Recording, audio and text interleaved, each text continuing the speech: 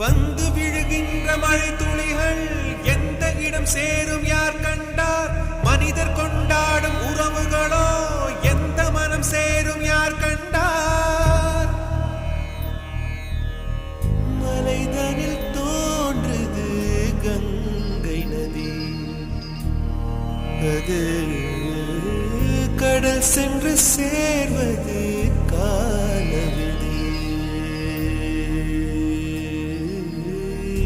இவனுக்கு இவள் என்று எழுதிய கணக்கு, கணக்குகள் புரியாமல் கனவுக்குள் வழக்கு. இவனுக்கு இவள் என்று எழுதிய கணக்கு, கணக்குகள் புரியாமல் கனவுக்குள் வழக்கு. உறவின் மாறா